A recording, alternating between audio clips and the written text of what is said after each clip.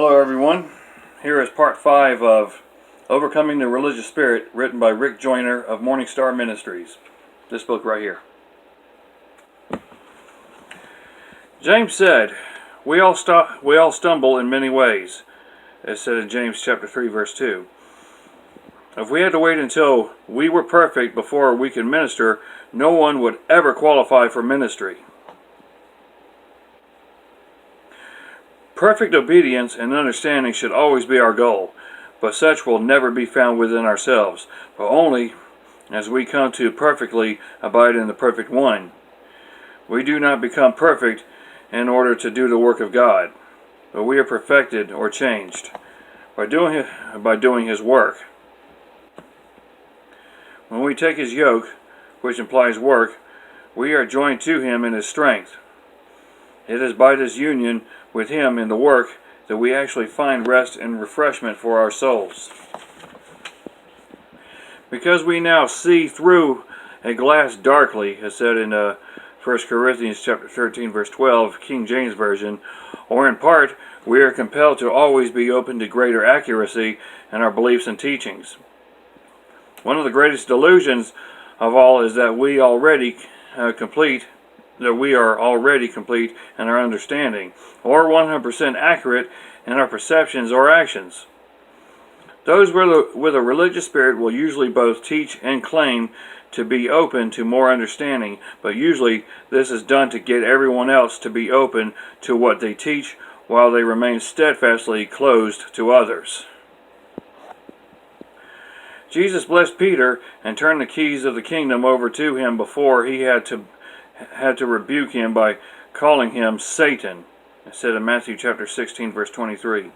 Right after this greatest of blessings, the enemy deceived him, yet the Lord did not take the keys away from Peter. Jesus knew when he gave the keys to Peter that he was soon to even deny that he knew him. Many years after Peter used the keys to open the door of faith for both the Jews and the Gentiles, the youngest of the apostles had to rebuke him publicly because of his hypocrisy. Even so, Peter was promised that he would sit on one of the 12 thrones, judging the 12 tribes of Israel. The Lord has proven that He will commission and use men long before most of us would tend to, and He knows all of the mistakes that we will make when He calls us. It seems that the Lord's leadership style was to provide a place where His followers can make mistakes and learn from them. If we required our children to be perfectly mature while they were still children, it would actually stifle their growth and maturity by overburdening them before they can comply with our standards. That is the result of the religious spirit that is rooted in perfectionism in the church. We must impart the vision of the high calling of God while clearly showing the next step. We must correct mistakes because that is how we learn. But it must be a correction that encourages and frees, not one that condemns and crushes initiative. The deadly combination. One of the most powerful and deceptive forms of the religious spirit is built upon the foundation of the combination of both fear and pride.